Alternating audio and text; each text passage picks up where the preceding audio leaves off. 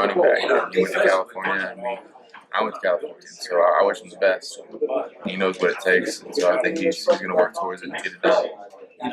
Scott, what would you tell the incoming freshman who guys on campus about running the double swing? Before we broke it down and went to the hill, I said, we know it's going to be hard. You just got to, push through it. But, even though he's saying that, they really don't know how hard it is. And you're not going to know how hard it is until you do it. And with, the amount of rest that we have, that cut down, getting down the hill, it's something you can't really explain. Scott, I'm a little disappointed. I thought you'd have a better tan by now. What's going on? Well, I'm not in Texas. That's your answer for that one. Is that the answer? Yeah. Coming along, though? You guys coming along? You getting that rapport with the guys? Yes, a lot earlier than, has been just building off the whole game and all season long. That hard work is just carrying over. Yeah. I know we've talked about this before, but with Clint and the way he did, what he was able to work with Kevin, I mean, that left an imprint on you guys, didn't it? If you work and you guys get that timing down, you can have the type of season. Yeah. That's something I've always done ever since through high school. If you get the connection with those guys, I was out in California with that receiving core every day, and the Heat, sometimes they didn't want to do it, but sometimes I didn't want to do it, but we had to do it, and it shows, obviously out there. And so we're going to continue to grind it out and do it, and it'll show. I've asked the other guys, the seasons overlap, and basically it's one to the next, from the developmental season to the preseason to the regular season. Do you need time off? Is there any time where I know you took some time in California after the season to get, is that enough for you?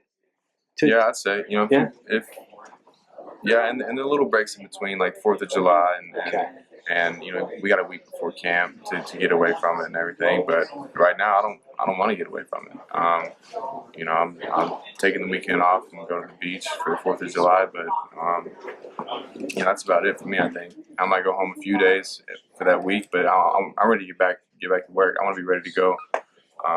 Full throttle for camp. So for me, I love it.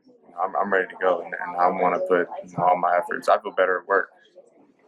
But you also know, too, going back to last year, at the end of the year, you were a beat-up guy. Yeah. So that's in the back of your mind to know that, hey, I've got to preserve myself. Well, if you preserve yourself too much, then you're going to just get beat up during the season, So I think getting under the squat rack and, doing 300-400 pounds, I think that's going to prepare me and keep me healthier throughout the season rather than, laying on my couch watching some TV. How about talking to these other guys about this? Some of the younger guys you're going to count on. You explain to them, hey, this is what you got to expect because it is a long year. Yeah, no doubt. I've been talking to Marcus Sims a lot about, pushing through that grind. If you think the hill's easy, you try and blow past the Big 12 corner. I was talking to him this morning too about some guys about Kevin, how he would be the first up the hill, Kevin White, and he carried that mentality that it's easy. That's what he said. It's easy. He carried that to the field. So I think the mentality part of it carries over to the field. You interested to see how these guys play when they're sore? When you have that tough physical game and you got to come back out there on Sunday and get right back out at it. I think we're going to be all right in that aspect, just because Mike Joseph and his staff are really putting us through a grind right now, as they always do. They do a great job preparing us for that. Scott, we mentioned some of the leg weights, the squats. Are you doing anything different or more because of the beating you took, or is it pretty much par for the course what you did last year? No, I worked my butt off last summer. I always do. I've always been that type, but just keep that in the back of my head when it hurts. Fatigue-wise, when it hurts, push through those reps because I'd rather hurt now than hurt later. Well, define leader and what it takes to be one. It doesn't just take being a quarterback. Right. I've been blessed to have the label as a starting quarterback, but I feel like being a leader is doing the right things at all times. No matter who's watching,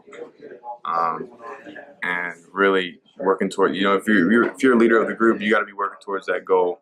You got to be all in and doing everything you can on and off the field, mentally and physically, to work towards that goal. Individual, personal relationships with guys as compared to the team. time, but you might be on the sideline and you might have to yell at a wide receiver that didn't run hard, or praise another guy. I mean, how do you handle all that? I mean, is it hard for you or is it easy? No, it's easy. They know what it takes to get there. They know what it takes. They know if if someone comes off and they drop the ball, they're gonna beat themselves up 10 times more than if I go over there and yell at them. So it's my job to go over there and pick them up. So sometimes So, it yeah. doesn't require yelling at Yeah, them. but then sometimes it does. They know when they need to focus up. Then I'll tell them to focus up. And same thing with me. I expect them to come at me and hold me accountable. I was going to say, who's the quarterback's leader? Who Who does he have to turn to? I expect anybody to hold me accountable, just as I hold them accountable. Skyler, what do you expect out of this offense? I don't know if you want to frame it in stats or wins, or production. I mean, what are your expectations for this? Efficiency, driving down the field, no matter who we're playing, and putting up a lot of points, no matter who we're playing.